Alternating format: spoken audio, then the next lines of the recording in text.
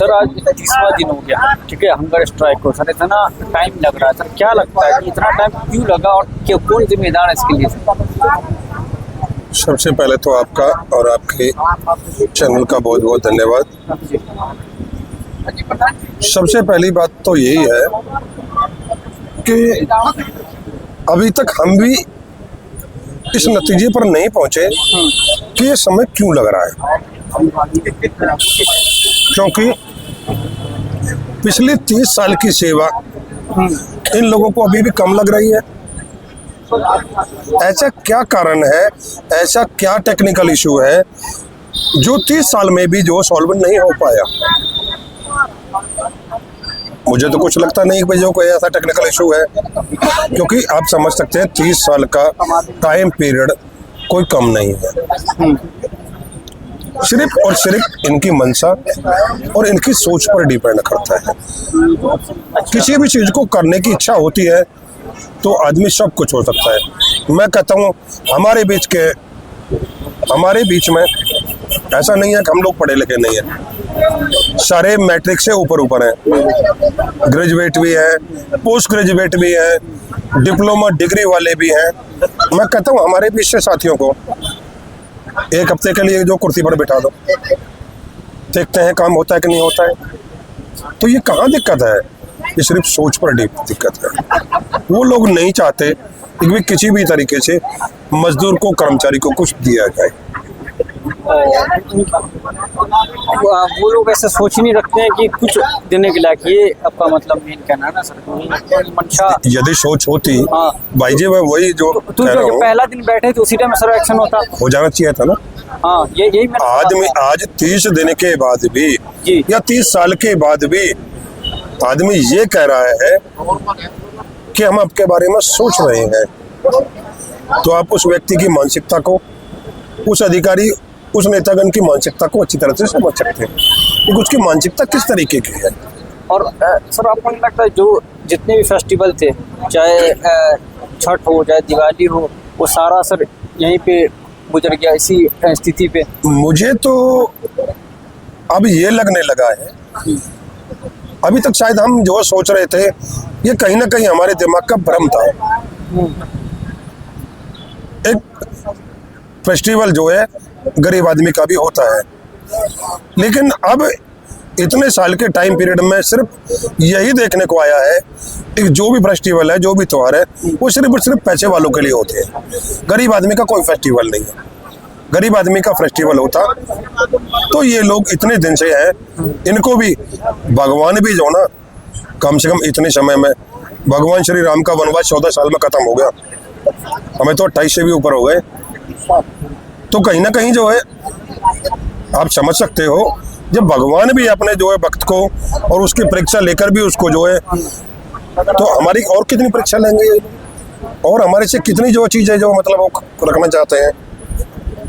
ये जो सरकार है सुनने के लायक नहीं है। एक तरह इस चीज़ों में इतना टाइम लगना है कि ये जो पहला दिन बैठे थे उसी टाइम होना चाहिए। सर एक और मैं आपसे सवाल करता हूँ, आज जंतर मंतर पे हुआ, ठीक है सर, इसका क्या लगता है सर, इसका कुछ फर्क पड़ेगा, इसका कुछ असर होगा?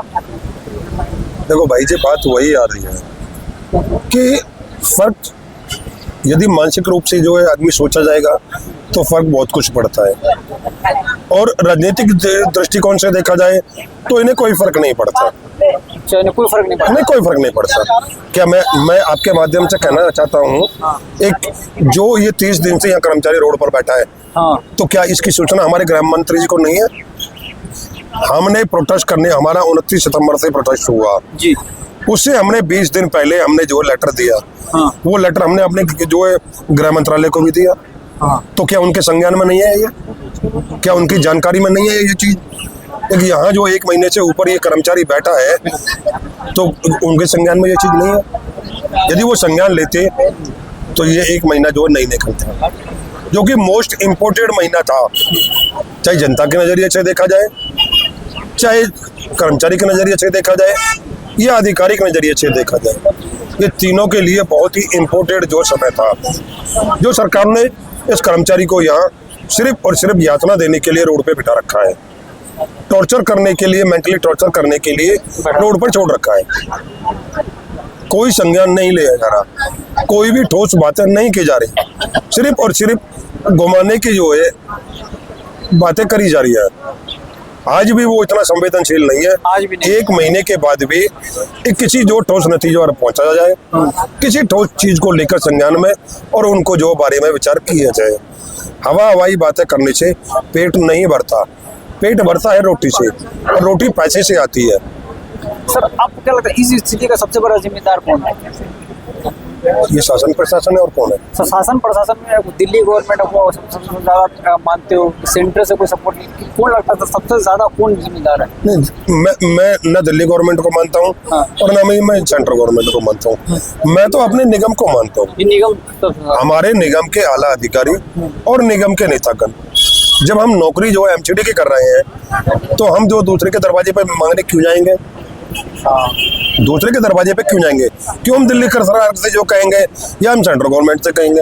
जब नौकरी हम निगम की कर रहे हैं तो हक भी अपना निगम से ही मांगेंगे, और उसके लिए जिम्मेवार भी वही लोग हैं, वही लोग जिम्मेदार। हम तो सिर्फ इतना कहना चाहते हैं कि जब पिछले समय के अंदर इनका कोऑर्डिनेशन नहीं बन रहा था, कहीं दिल्ली में जो है आम आदमी की सरकार थी, निगम में बीजेपी की सरकार थी, सेंट्रल गवर्नमेंट में जो है बीजेपी की सरकार थी, तो जब भी कभी बातें होती थी तो एक चीज सामने आती थी, एक दिल्ली सरकार जो पैसा नहीं दे रही, दिल्ली सरकार हमें बजट नहीं दे रही।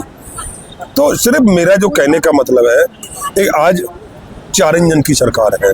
हाँ। सेंटर में भी, वहाँ भी निगम में भी इनकी सरकार है, दिल्ली में भी इनकी सरकार है, और जो है सेंटर में भी उनकी सरकार है, और उसके बाद हमारे जो है एलजी साहब है, वो भी सब उन्हीं के जो आदेश से पालना करते हैं।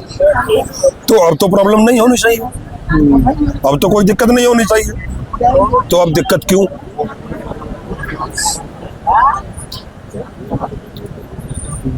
सर एक मैं आखिरी सवाल आपसे पूछूंगा सर, ये जो यातना, ये रोड पे बैठे हुए हैं, हंगर स्ट्राइक में बैठे हुए हैं, मैंने पूरा दिखाया है सारी चीज़ों को, जो जनता देख रही है सर, उसको आप क्या मैसेज देना चाहेंगे कि ये जो स्थिति है, ठीक है, दिल्ली में बहुत सारे जो सब्सक्राइबर हैं उसको देखेंगे, ठीक है सर, तो क्या उसको ऐसा मैसेज देना चाहेंगे कि सर ये आपका ये वीडियो को भी शेयर होगा ज़्यादा से ज़्यादा, और क्या सब सर मैसेज देना चाहेंगे? ये सबसे बड़ा अब और भी जनता मंत्र पे 3-4 यूनियन से मिलके बना है, ठीक है, और बहुत सारे मीडिया पर्सन वाले लोग भी इसको देखेंगे, सबको एक ऐसा मैसेज बताइए जो जाना चाहिए सब जगह। मेरा सिर्फ दिल्ली की जनता से एक ही जो है हाथ जोड़कर अनुरोध है जी, कि हम लोगों को आपकी सेवा करते हुए 30 साल हो गए। जिन लोगों को हम चुनकर सत्ता में भेजते हैं जी, हमारा सवाल उन्हीं शासन जो है सत्ताधारियों से है। वोट हमने दिया है उनको, चुनकर हमने भेजा उनको, 30 साल सेवा करते हुए हो गए, तो उनसे हमारा सवाल नहीं बनता कि उन्होंने हमारे भविष्य के लिए, हमारे बच्चों के लिए, हमारे परिवार के लिए उन्होंने कौन सा जो है सुविधाएं दी, कौन सी जो उन्होंने चीज़ें दी। एक मेरा कर्मचारी खुश रहे, मेरा कर्मचारी उससे जो अच्छा काम करे, मेरा कर्मचारी का परिवार खुश रहे, वो अपने ठीक से माँ बापों का इलाज करवा सके, अपने बच्चों की अच्छी शिक्षा दिलवा सके, तो ये सरकार राजा का भी दायित्व बनता है। सर ये आपने सही बात बताया कि ये सब राजा का दायित्व बनता है, ठीक है सर। एक बात नहीं सर, आगे क्या है सर? एक महीने तो सर कंप्लीट हो गए, आज एक किस्मत दिन में, आपको क्या लगता है सर आगे क्या, आगे इसी तरीके से यातनाएं चलेंगी या कुछ सर लगता है कि जो आशा है? देखो, कर्मचारी और मजदूर हर शाम को सूरज ढलता है और सुबह सूरज निकलता है। सूरज की पहली किरण के साथ उसकी उम्मीद जगी होती है, एक उसके भविष्य का कुछ ना कुछ अच्छा होगा, उसी उम्मीद में उसका पूरा जीवन निकल जाता है। उसी उम्मीद के साथ ये कर्मचारी बैठा है, एक उसके लिए कुछ अच्छा होगा। अब देखना यही बाकी है कितना अच्छा होगा और कब होगा और कैसे होगा। हम उसी जो कश्मकश में, उसी जो है चीज के लिए यहाँ पर बैठे हुए हैं। ये आप सुन रहे थे सारी बातें, चैनल को सब्सक्राइब करने उनको ज़्यादा से ज़्यादा शेयर करेंगे, ठीक है, ये हड़ताल का मैं आपको और भी ज़्यादा अपडेट दूँगा।